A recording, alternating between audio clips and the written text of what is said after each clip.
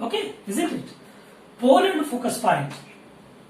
These are the limits under which the light rays may pass through any point. Okay. Now, here in this case, a normal is drawn. Where for paraxial rays, normal is drawn. When normal is drawn to this paraxial rays, so angle of incidence we considered over here very small, negligible angle. So again, a normal is drawn to this marginal ray. Here it is finite amount of angle of incidence. This is center of curvature. This is the normal drawn to this surface. This angle of incidence is considerable amount for marginal ray. And as you going down, the ray is going down and approaches to principal axis, the marginal ray leads to convert the paraxial rays. And whenever it is converted into paraxial ray, the angle of incidence is a negligible amount, is very negligible value. Therefore, in such case, I is taken to be tends to 0, very negligible angle of incidence. Okay, so this is the point. Whenever the marginal ray is incidenting after reflection, the reflected ray may pass through pole and beyond the pole. Beyond the pole, how it is possible? If some other ray is taking above this ray, angle of incidence is greater than this one. Again increase more and more. Therefore, the light after reflection, it is passing beyond the pole. Okay, so this is the situation. I will show once again by the diagram. Right?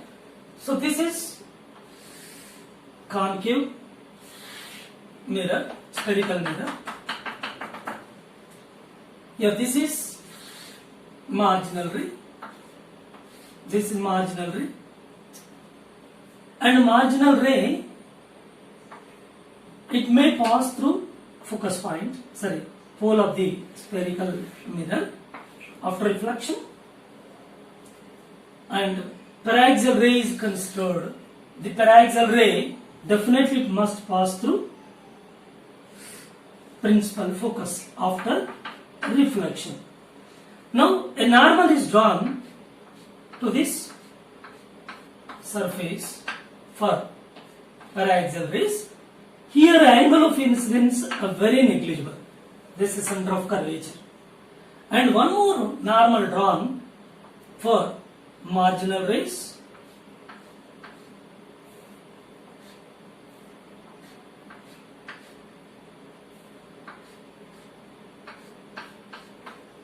Normal is drawn for marginal rays. Here angle of incidence is considerable amount. Okay. Now beyond this, a ray is considered. Now a normal is drawn to it.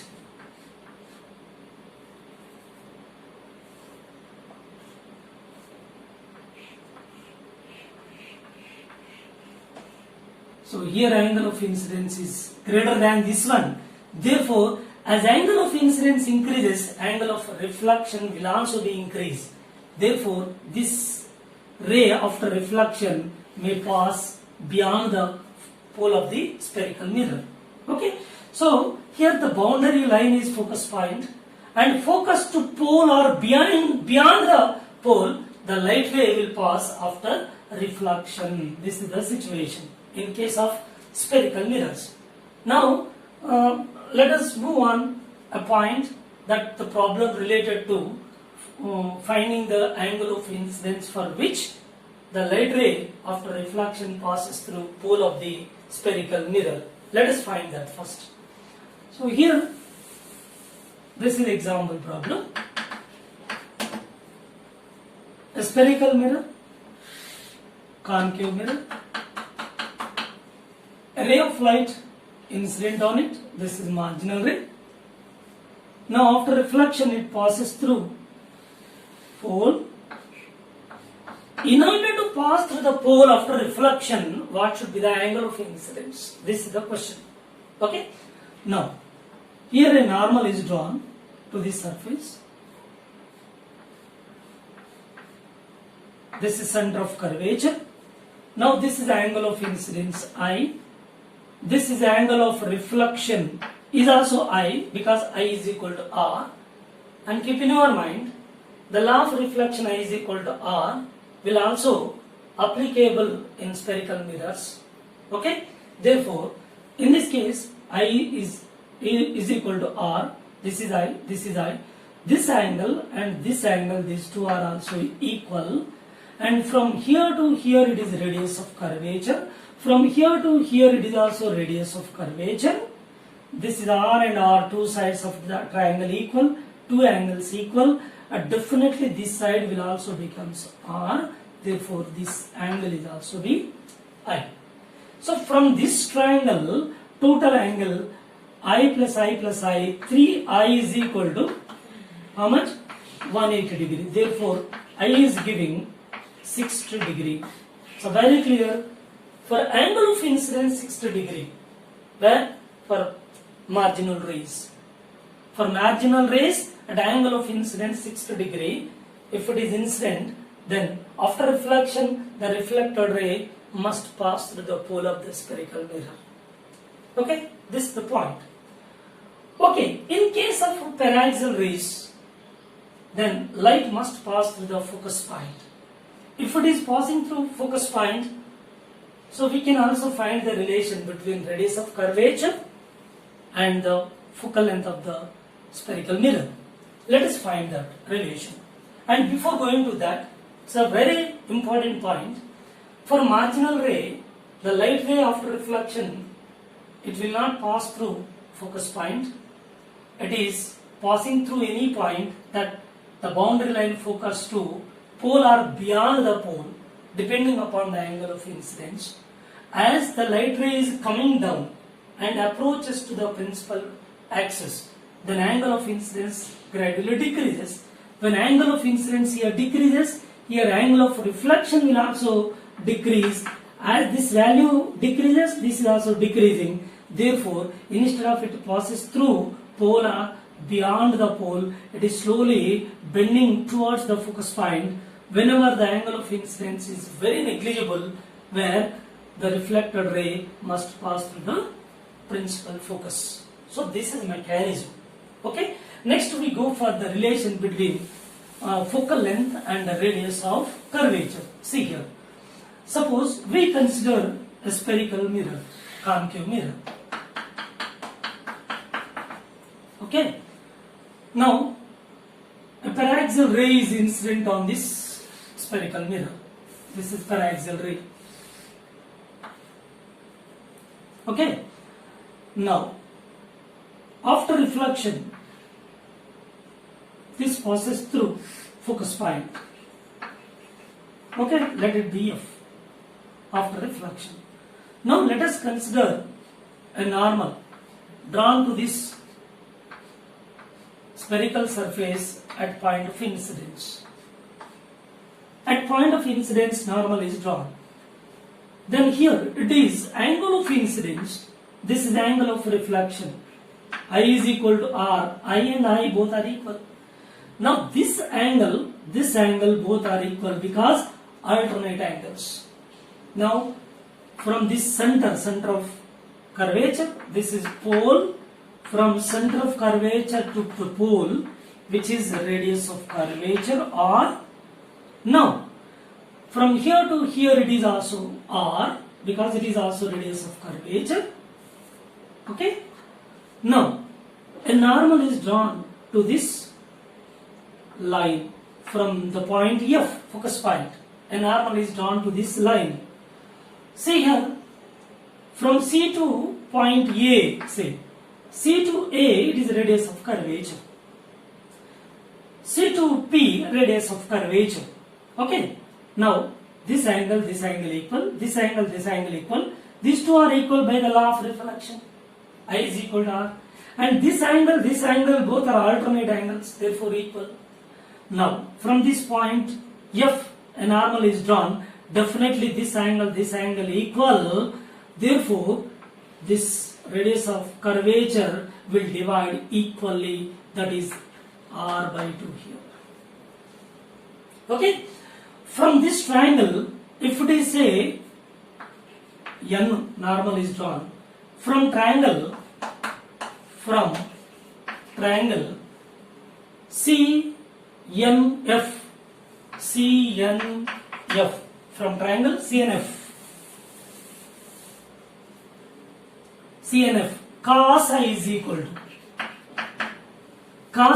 equal to adjacent side is how much? R by 2 by this hypotenuse CF. From this CF is equal to, we can write it as R by 2 cos I, take this side, cos I. Okay, here in this case already we discussed that for paraxial rays angle of incidence is negligible. What is its value? I tends to 0. Therefore, CF leads to R by 2 cos 0. CF is equal to how much? R by 2. Okay, I want to find from F to P. F to P is, we know it's a fundamental, that is focal length. Of course, F to P, I want to find this. F to P is equal to this part. From here to here, radius of curvature R minus CF. You will get FP. FP is equal to R minus CF, which is giving R minus R by 2. So FP is giving focal length of the spherical mirror. Therefore, it is focal length. So F is equal to finally R by 2. This is the relation between focal length and the radius of curvature for a spherical mirror. So which is derived from the paraxial rays. Don't think of that. That is not for marginal rays. And a marginal ray and paraxial ray. So this is the matter behind these two kinds of rays, paraxial rays and marginal rays. And one more point I would like to explain over here, that is spherical mirror and parabolic mirror. So spherical mirror, because of this reason, marginal ray are come to focus at different points, paraxial ray come to focus at focus point, and what happens here in general, the image is forming either at focus point or somewhere else. Means when we consider so many light rays which are going to incident on the spherical mirror, which are taking in between marginal ray and paraxial rays, so many light rays are there. Then what is happening there? Let us see. Here, in case of a spherical mirror,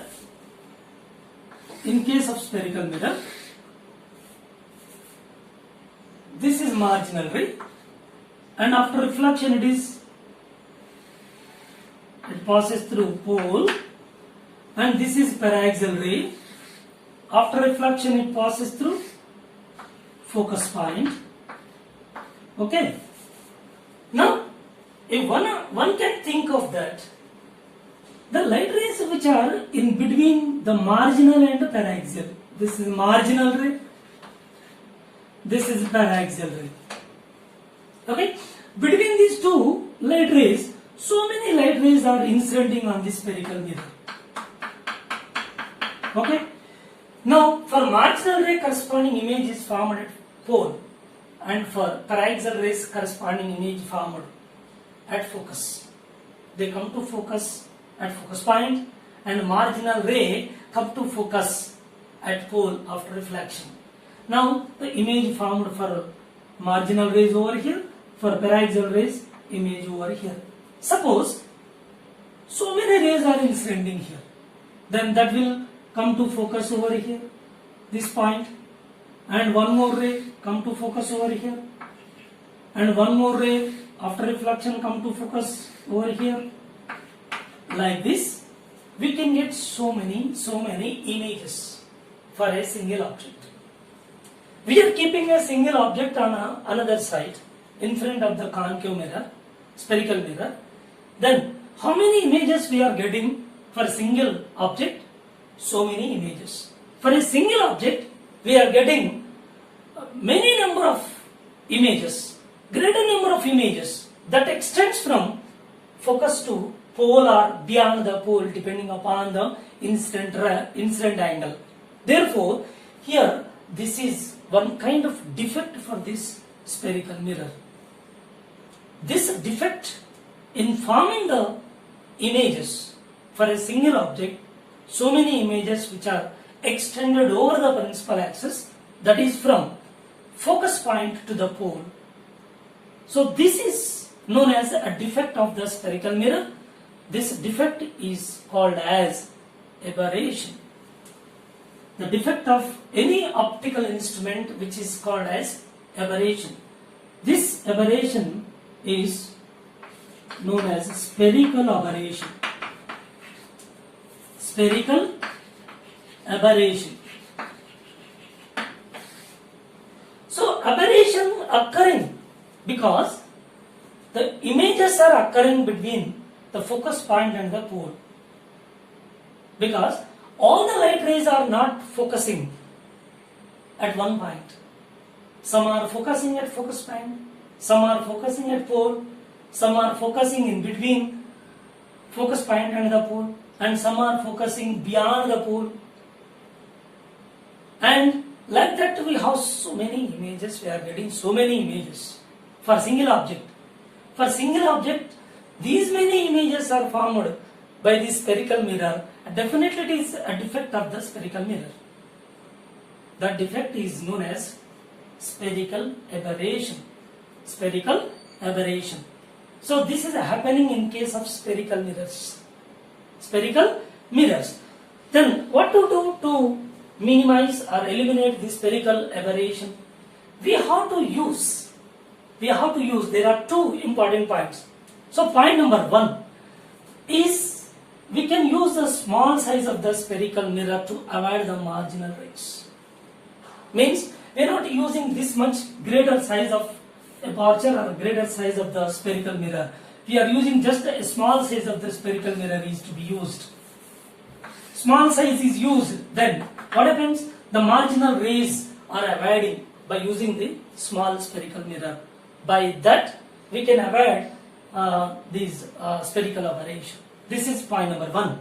And point number two is, here the spherical aberration can be eliminated by using the stops in the path of marginal rays. Means we are using the cardboards over here. What happens here? When cardboard is used over here, the light rays are incidenting on the cardboard. They will be obstruct. They will not be incident on the spherical mirror. Therefore, there is no question of the image formed by these marginal rays. Only the paraxial rays are incident and they come to focus, will give the image at the focus point. This is the another way. So at final, in order to minimize or eliminate the spherical aberration in case of spherical mirrors, so point number one, we have to use a small size of the spherical mirror in order to avoid the incidenting the marginal rays. And the second one is, we have to use the stops or cardboards in the path of marginal rays, so they will be obstructed by the cardboard, will not be incident on the spherical mirror. No question of forming of the image by the marginal rays. Therefore, the image only focusing or forming at the focus point. Therefore, these are the two methods to eliminate the spherical aberration in case of spherical mirror. Okay, next parabolic mirror. If you go for parabolic mirror, so parabolic mirror in which this kind of spherical aberration will not happen. Why it is so? In case of parabolic mirror, no question of spherical aberration. So whether the marginal ray or the paraxial ray, all are come to focus after reflection at a single point. Therefore, here the aberration is to be eliminated. No question of spherical aberration in this case. So what is the reason behind it? Let us see that. So in case of parabolic mirror,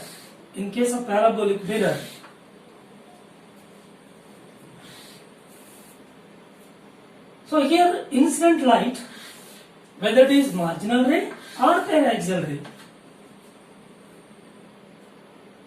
after reflection,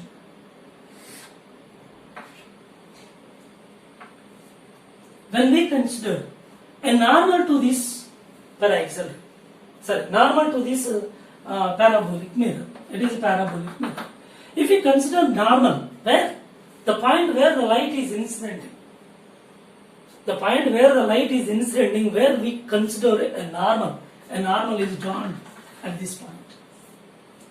This normal is giving angular bisect that between the light ray passing through focus and the point, and the straight line which is passing through this point and parallel to the principal axis, means it is as a whole. Suppose theta, this can be equally divided, theta by 2. So it is giving angular bisect by which the light ray, whether it is marginal ray or paraxial ray, so all are focusing at same point. So this is the reason why the light rays all are come to focus at a single point for the mirrors which are parabolic. Now, if you consider one more light ray over here also the light ray focusing here, this normal is drawn at this point, which is giving angular bisector in between the light reflected ray which joining the focus point and the point where you are taking the incident ray, that is say Q, and the light which is parallel to principal axis passing through this point. So it's very clear, this angle, these two are equal. The total angle which is giving a bisecting, this angle is bisecting by the normal drawn at this point of incidence. This is the reason why all the light rays which are focusing at one point after reflection in case of parabolic mirrors, there is no question of spherical aberration there, but here there is a spherical aberration. Okay, so let us move on another point. Okay, right.